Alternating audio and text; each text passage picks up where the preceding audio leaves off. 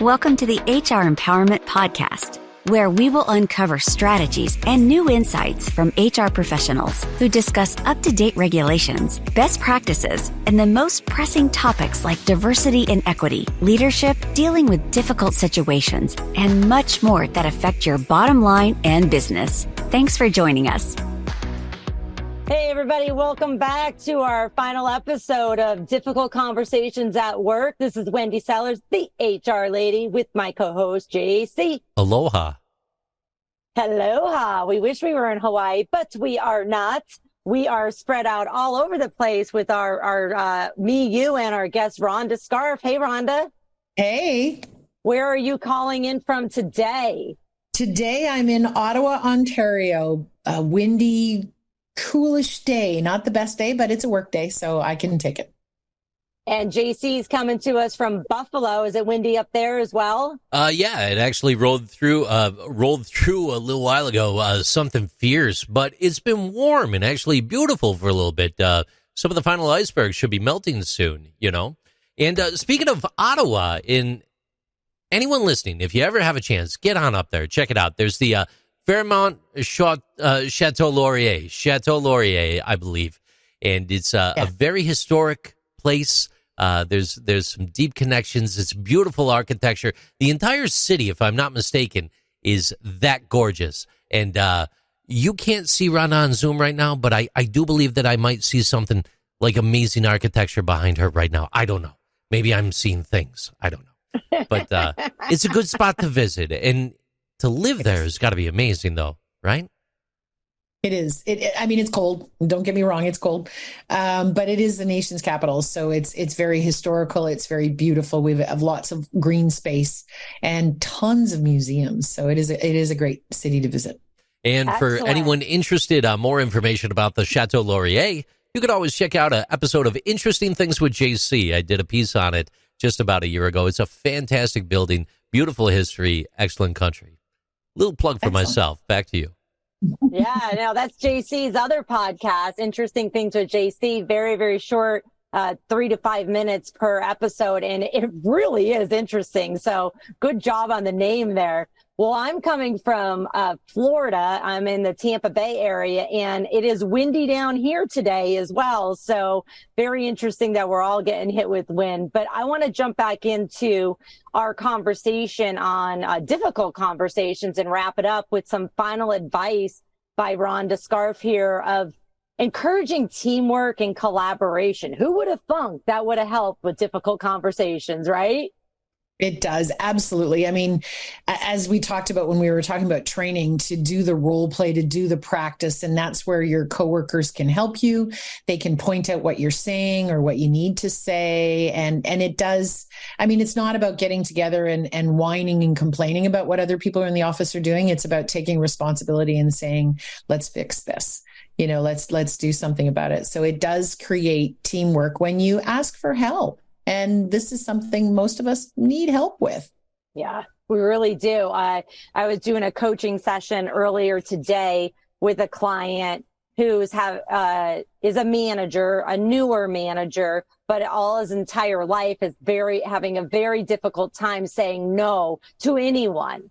And so I was like, oh, I can help you with this because I have finally been there. You would think if anybody, you know, that my listeners, you probably know my personality by now. I'm pretty direct and blunt, but I myself have had a very, very difficult time until the past couple of years of saying no, because I just love to help people, whether there's money involved or not. But then, you know, once we got in halfway through the pandemic, I was like, oh, I need help. Yeah.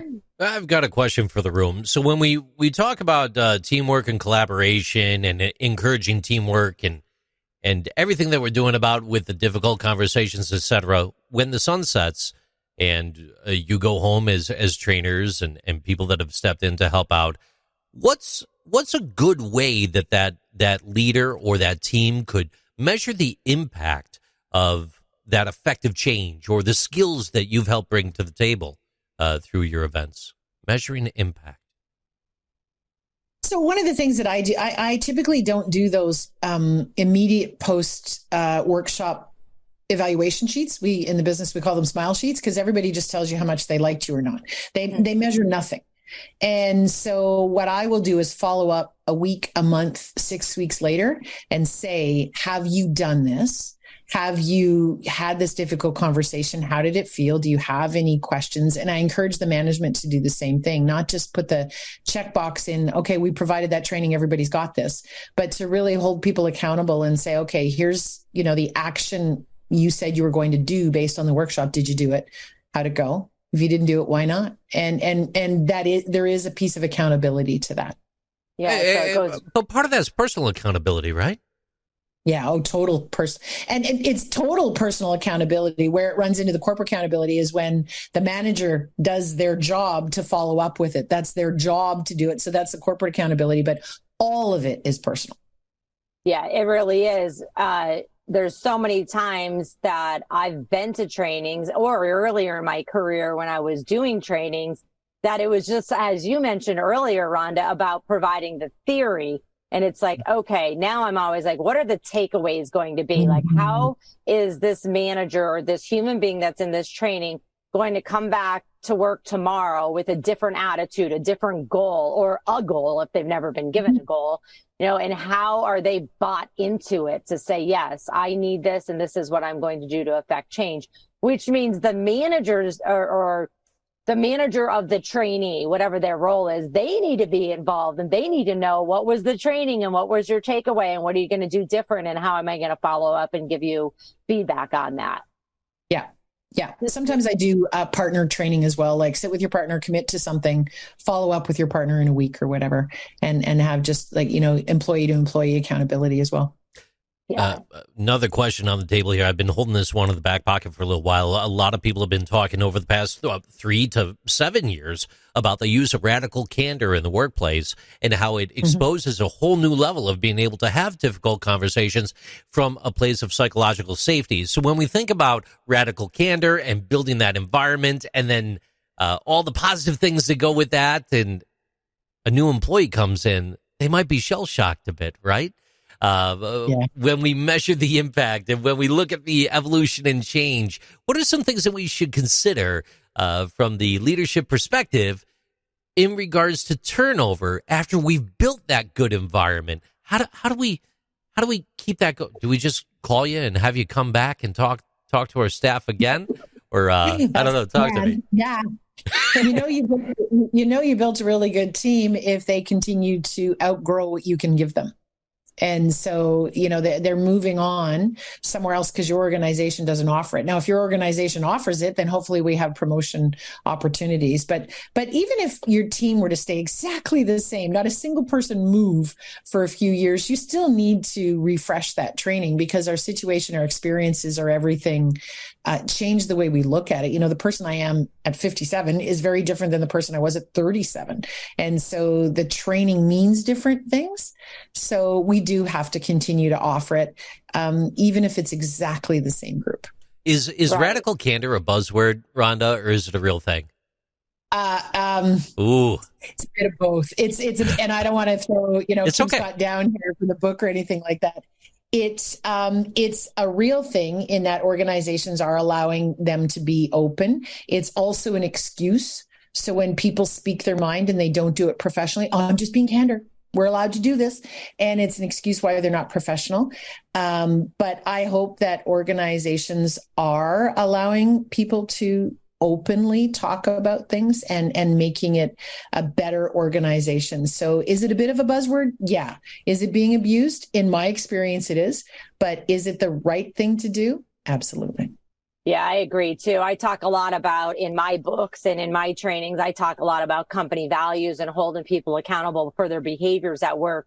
So this can go hand in hand. We're like, yes, you can have radical candor, but you have to do it within our values and our acceptable behavior constraints within this organization. Even if our competitor does something different and it's in the same industry, this is what our expectations are.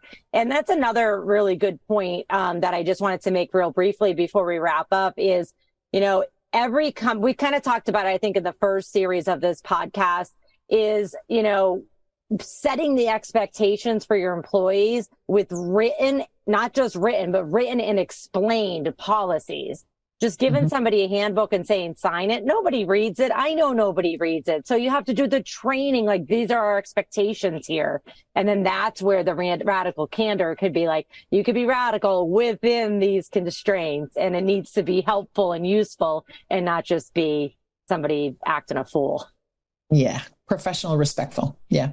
Awesome. Any final words that you'd like to say to our listeners before we wrap up here, Rhonda? Just really, give yourself the skills that you need, whether it's with difficult, conversations, difficult people, common sense. Don't assume that your brain is just going to hatch this information on its own. Somebody's going to attend a workshop, listen to a YouTube video, do something. And yes, your brain will learn from that so that the next time you need to have that difficult conversation, it's a whole lot easier for you. The only way to get good at it is to do a lot of it, and nobody wants to do a lot of it. So practice a lot instead. Awesome. Thank you so much for enlightening us today. For anyone who wants more information, please just search Rhonda Scharf, SCHARF, on the internet. She's a well-recognized professional speaker, trainer, consultant, and author based in 2 countries and willing to travel to other countries. Thanks for coming. Chat with you soon. Thanks so much. Thank you for joining the HR Empowerment Podcast, brought to you by Aurora Training Advantage. We hope you've gained new insight and strategies to navigate the HR profession. We look forward to you joining us again on the HR Empowerment Podcast.